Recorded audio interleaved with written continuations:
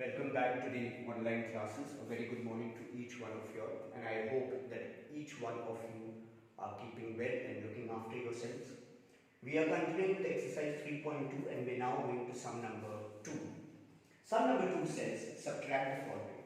Now here when we are subtracting, there are few rules that you have to keep in mind in order for your sum to work out well and accurate and correct. What you need to remember is that what the sum is telling you.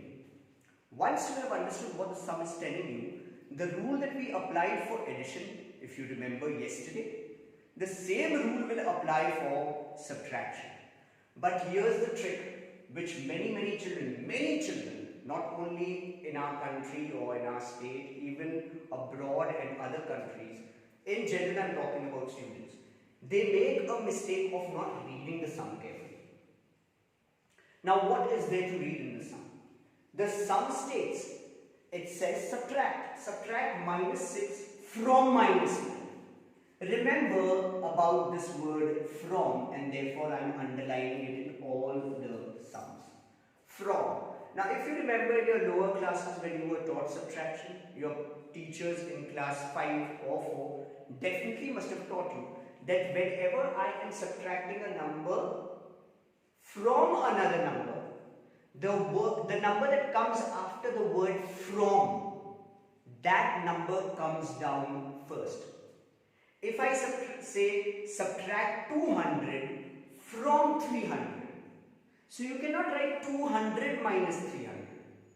You have to write 300 first and 200 comes under it. So remember that is the mistake that children make. They don't adhere or don't follow the instruction. It says this number from this number. So I cannot write minus 6 subtract minus 9. No, it's wrong. I cannot write minus 6 subtract minus 9. No, I am not subtracting minus 9 from minus 6. I am subtracting minus 6 from minus 9. So I cannot write minus 6 subtract minus 9. Because I am not subtracting minus 9 from minus 6.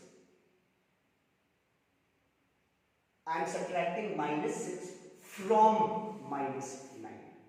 So, because I cannot write minus 6 subtract minus 9, which will be wrong, because I am not subtracting minus 6 from minus 9. I am not subtracting minus 9 from minus 6. I am subtracting minus 6 from minus 9. To cut a long story short, remember, just now I gave you the example. If I am saying subtract 200 from 500, I have to write 500 first. And under 500 will go 200, and then I will subtract and get my answer as 300. So the number that comes after the word from, that number has to come down first. Remember that. So minus 9 will come first. From minus 9, subtract minus 6. You have to practice. Remember that. You write minus 6 minus 9, your sum is wrong. Because I am subtracting minus 6 from minus 9. I am repeating myself. I am subtracting minus 6 from minus 9. So minus 9 has to come down first, minus 6 has to come down next. With the operation subtraction. And then everything follows just like we have been doing for the addition sums. First number comes out as it is. Minus into minus, look at your table that I have given you, the multiplication of addition, the multiplication of signs, and that it states very clearly that minus into minus gives me a plus. Now one is a negative and one is a positive. From the greater, take away the smaller. Put the sign of the greater number. That's my answer. So simple. But you have to remember that the second number comes down first and the first number comes down second, because I am subtracting the first number from the second number. It's like saying subtract 50 from 100. So you will write 100 first, not 50. So again here, from 20, so minus 20. From minus 20, so minus 20. From minus 20, subtract minus 50. So I get minus 20, minus into minus plus. Again I am faced with the same scenario, a negative, a positive. From the greater, take away the smaller number. Answer is 5. Put the sign of the greater number, minus. My answer, minus 5. Remember children, the second number comes down first and the first number comes down second. You have to remember that. Don't make a mistake there. Because you're subtracting the first number from the second number. So the second number comes down first and the first number comes down second. With the operation in between them, that is subtraction. And then you remove the brackets. If the signs are the same, add and put the same sign. If the signs are different, subtract and put the sign of the greater number. Let's go to the next one.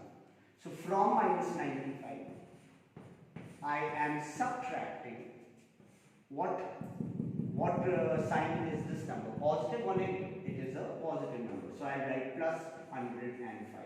Here I am writing plus 105 because I am still to solve my sum. So when you are solving your sums, please continue to put the relative signs, the relevant signs. Whatever signs they bear, put those signs. Once you come to the end of it, then you decide whether you want to add or subtract.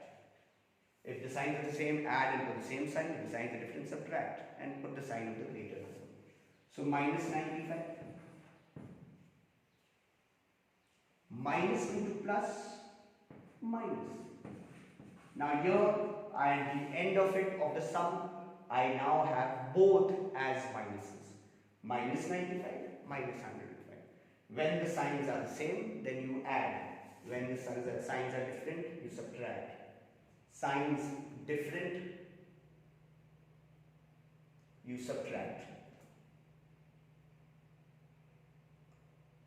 So here I have minus 95, minus 105.